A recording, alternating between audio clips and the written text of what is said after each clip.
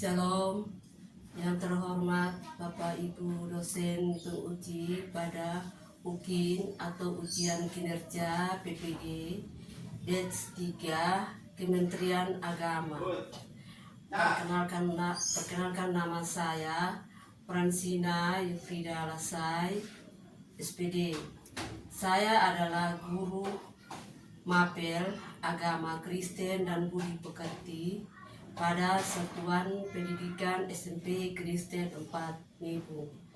Dan saya juga merupakan mahasiswa PPG pada Institut Agama Kristen Negeri Ambon atau IAKN Ambon dengan nomor induk mahasiswa 15 20 25 01 04 0956, dan saya akan melaksanakan ujian kinerja atau UKIN praktek pembelajaran dengan materi sifat-sifat gereja. Demikianlah perkenalan ini. Terima kasih dan selamat menyaksikan.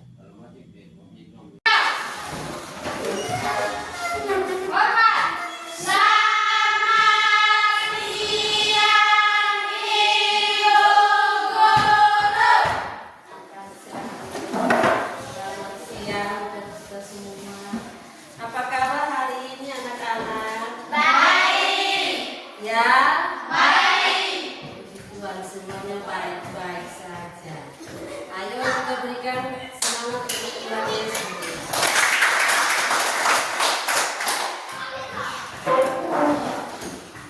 Sebelum kita mulai pembelajaran kita hari ini, ibu minta salah seorang siswa kita dalam doa. Salah satu siswa. Ya. Ayo berani. Siapa bisa?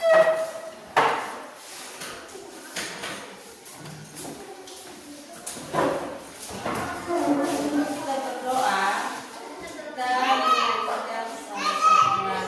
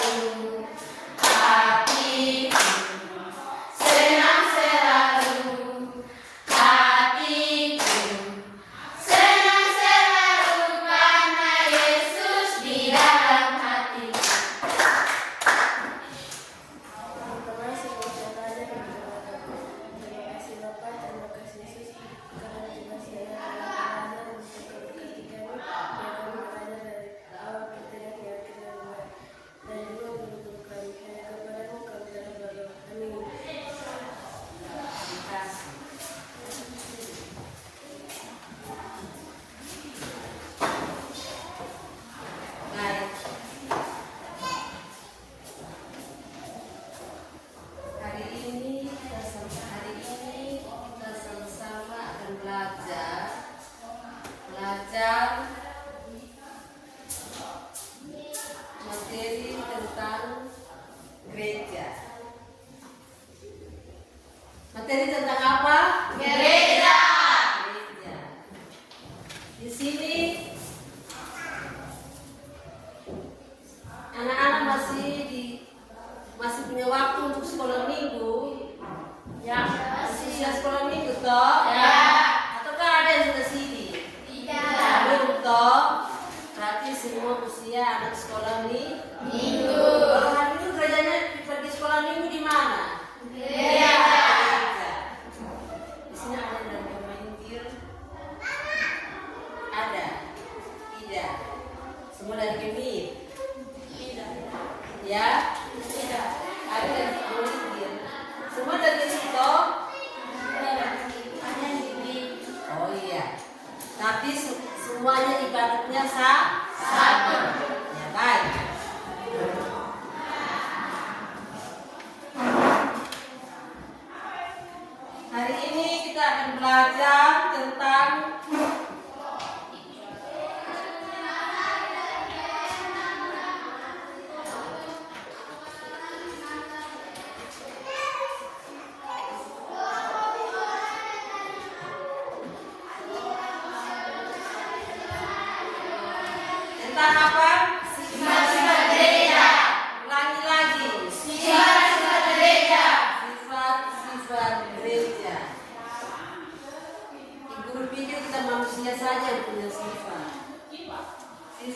itu biasanya ada yang begini, punya sifatnya seperti ini, dia sekikir, ini dia baik. Itu kita manusia saja kita punya sifat. Sedangkan gereja juga punya sifat. Gereja juga punya apa? Sifat. Semua tahu gereja atau tidak? Tahu. Gereja itu gedung atau apa? Gedung. Dia punya gedung. Biasanya kalau gereja itu dia gedungnya besar. Tapi kalau tidak ada orang di dalam, itu juga bukan dinamakan sebagai gereja. Kalau gereja gedungnya mewah, tapi kalau tidak ada jemaat, berarti itu gereja bukan dikatakan sebagai gereja. Kalau ada orang, ada gedung gereja, itu dinamakan sebagai gereja. Gereja itu kumpulan orang-orang percaya. Tapi hari ini kita akan belajar materi secara khusus hanya untuk sifat-sifat gereja. Apa? Sifat-sifat gereja. Sifat-sifat gereja. Sifat-sifat gereja ini ada berapa jenis? Siapa yang bisa? Ada berapa jenis? Ya? Ada dua. Coba satu orang buka di dalam Alkitab. Ada bukan kita? Ada. Kalau ada, saya taruh di atas meja.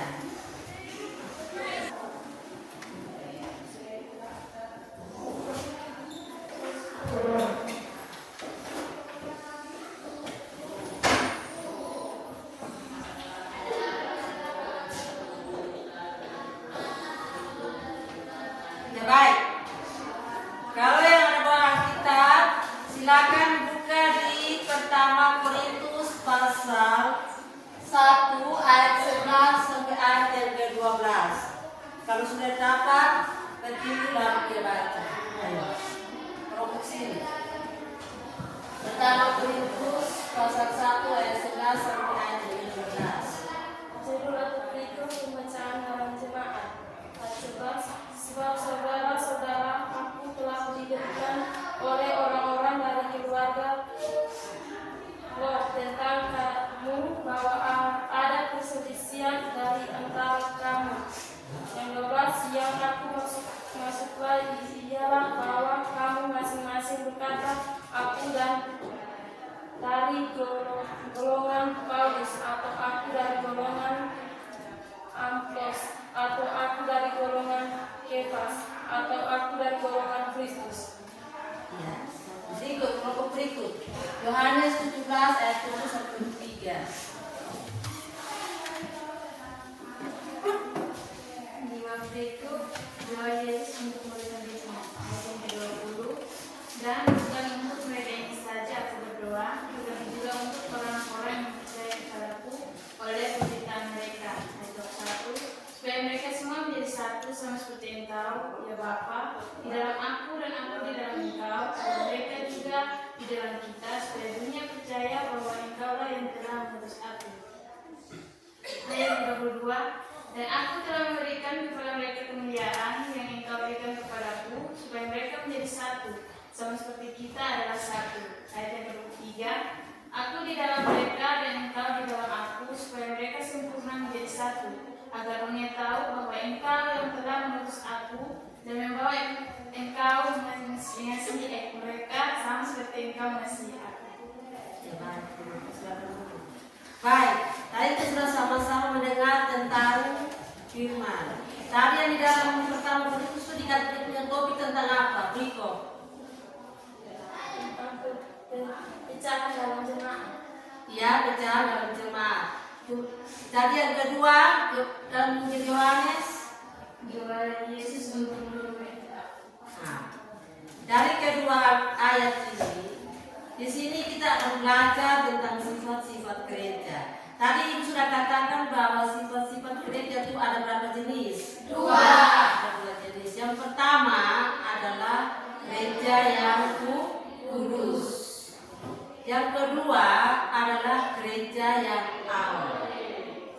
Gereja yang apa? Am. Jadi ada dua jenis sifat gereja. Gereja yang pertama itu gereja yang kudus dan yang kedua gereja yang am. Nah, dari kedua jenis sifat ini kita akan mempelajari bagaimana sikap gereja yang kudus. Kalau sikap gereja yang kudus itu di dalam di dalam kamus besar bahasa Indonesia, kata kudus itu dia berarti apa? Suci, murni. Jadi di dalam kamus besar bahasa Indonesia, kata kudus itu berarti suci atau murni. Sedangkan di dalam menurut bahasa Ibrani, dalam bahasa Ibrani itu ada pakai istilah kata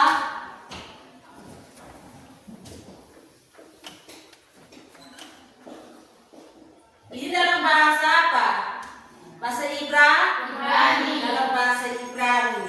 Dalam bahasa Ibrani itu kalau kata kudus itu dia kedosi. Apa kata kudus berarti kedosi? Itu dalam bahasa Ibrani.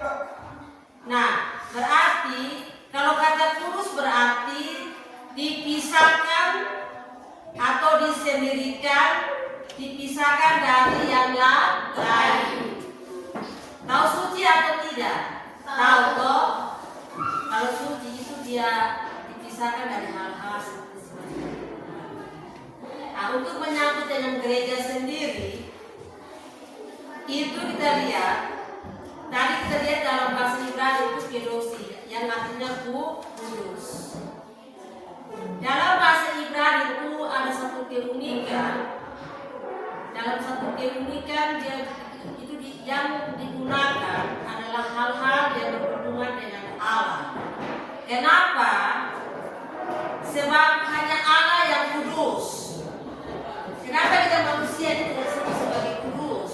Karena kita punya hubungan antara Allah dengan manusia sudah terputus sejak manusia jatuh ke dalam dosa, yaitu Adam dan Hawa. Sebelum ada dosa, manusia dan Allah dia disetarakan. Dia apa? Disetarakan. Jadi semacam begini kita lihat. Sebelum ada dosa itu manusia dengan Allah itu dia setara. Iya toh? Yang membuat dosa itu siapa? Adam dan Hawa. Adam dan Hawa itu bagaimana? Tuhan bilang kamu boleh jaga semua pohon ada di dalam taman. Tetapi ada satu buah pohon yang ada di dalam taman itu tidak boleh kamu makan. Tetapi pada waktu itu siapa yang pergi? Hawa. Dia pergi ambil buah dan datang. Dia kasih sama Adam suaminya. Maka seketika itu apa yang terjadi?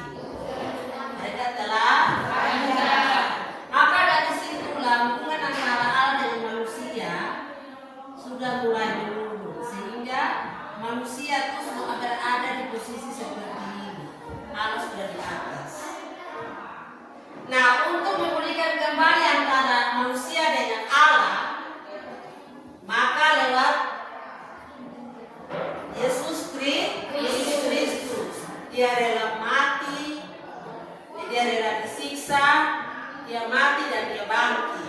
Nah, dari situlah hubungan kembali antara Allah dan manusia sudah disetarakan. Dan dari sinilah hilang kemudian Allah karena dosa. Karena kita manusia itu adalah manusia yang berdosa, sehingga Tuhan masih mengizinkan untuk dia membawa anaknya satu-satunya, yaitu siapa? Yesus Kristus diutus ke dunia untuk menebus dosa manusia. Dia datang dalam kesederhanaan. Dia datang untuk mau mengangkat orang-orang yang berdosa, bukan untuk mau menjadi orang yang sudah benar. Tidak ya. Jadi dia itu yang kesederhanaan. Jadi dari sini kita bisa lihat hubungan antara Allah dan manusia. Nah, untuk itu dari kita lihat dari kejadian itu, maka dengan perantaraan Allah Kalau sudah berbuat dosa berarti untuk memberikan kembali dengan menyembelih anak domba jantan dengan jantan. Dengan menyembelih anak domba jantan yang tidak bercacat. Kalau di perjanjian baru itulah Yesus. Dia yang terus kita punya dosa. Misalnya di setiap Paskah kita rayakan ya, kematian, kebangkitan kita rayakan. Ya, baik. Kemudian kata kudus itu dipakai juga untuk benda dan manusia, untuk benda dan manusia sebab keduanya memiliki Allah dan termasuk dalam kehidupan Allah. Dengan demikian kita mengenal istilah gereja kudus, orang kudus, dan semua yang kita ada di dalam itu sesuai yang kita punya perbuatan. Kadang-kadang kita manusia nih, kalau hari Minggu kita pergi gereja kita sopan-sopan, kita biasa seperti itu.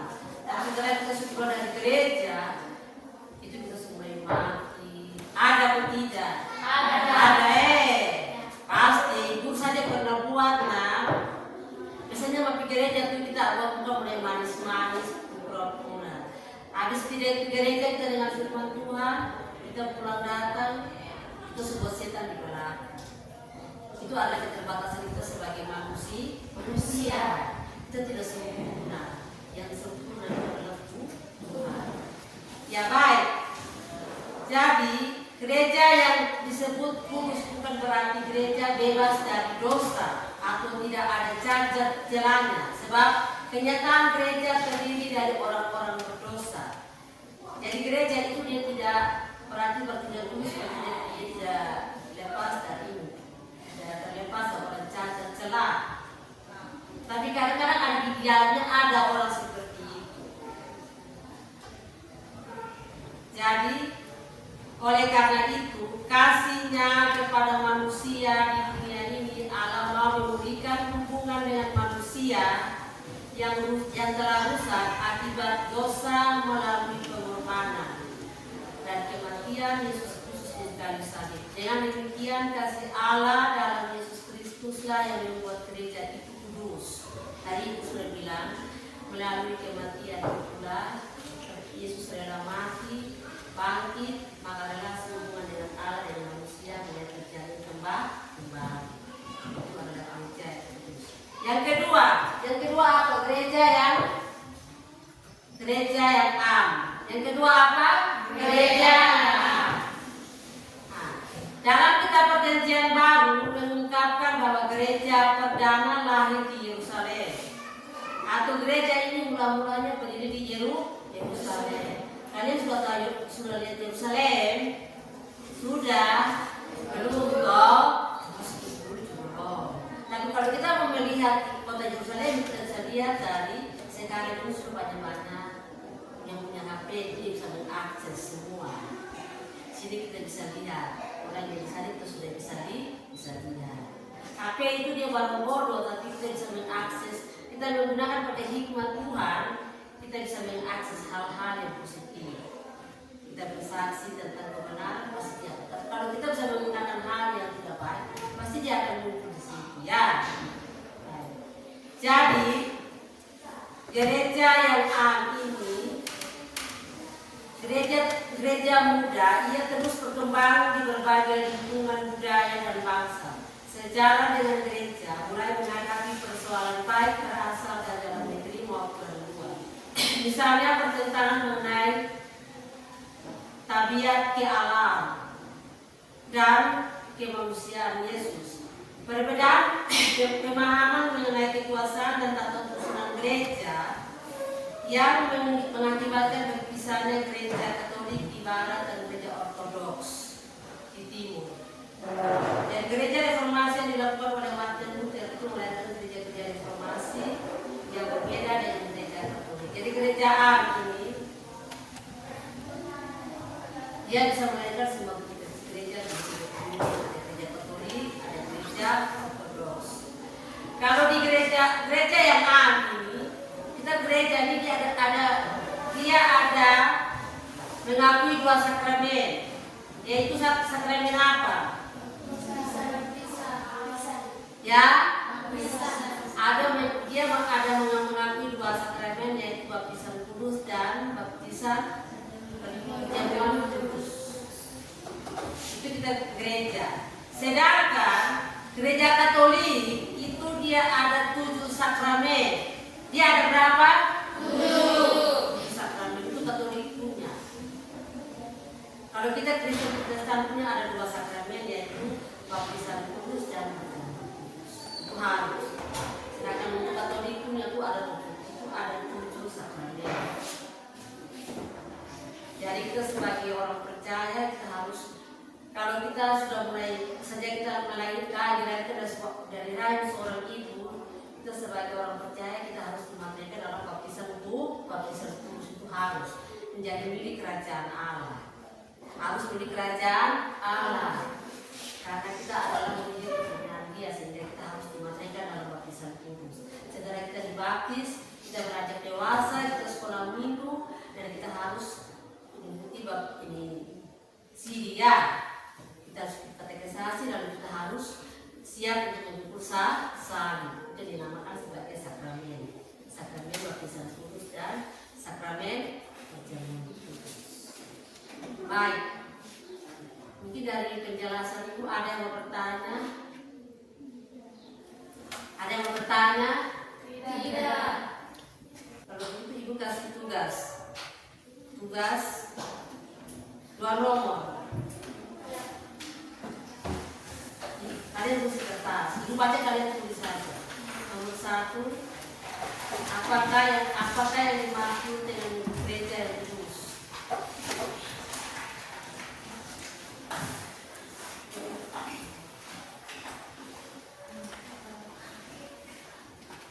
Yang kedua,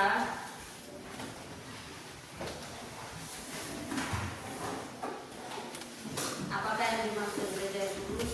Yang kedua, apakah yang dimaksud dengan gereja yang aman?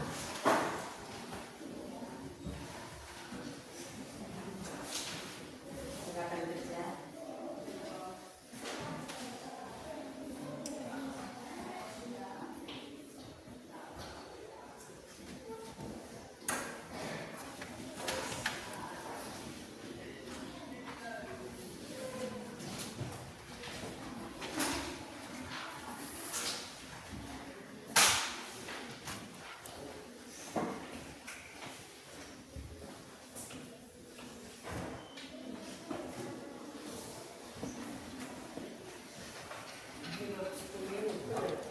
Lagi 7 menit.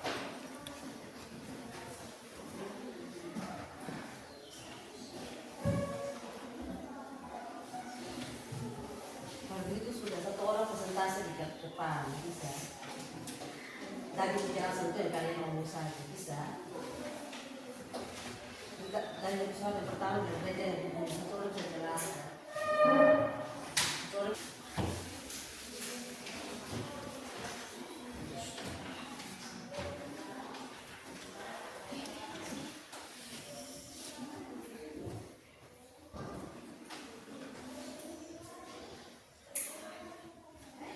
Kalau yang sudah, 1 orang presentasi di depan.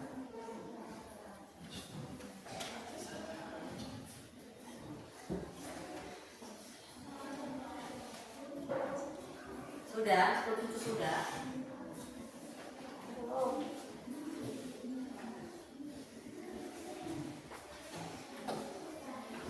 Baik.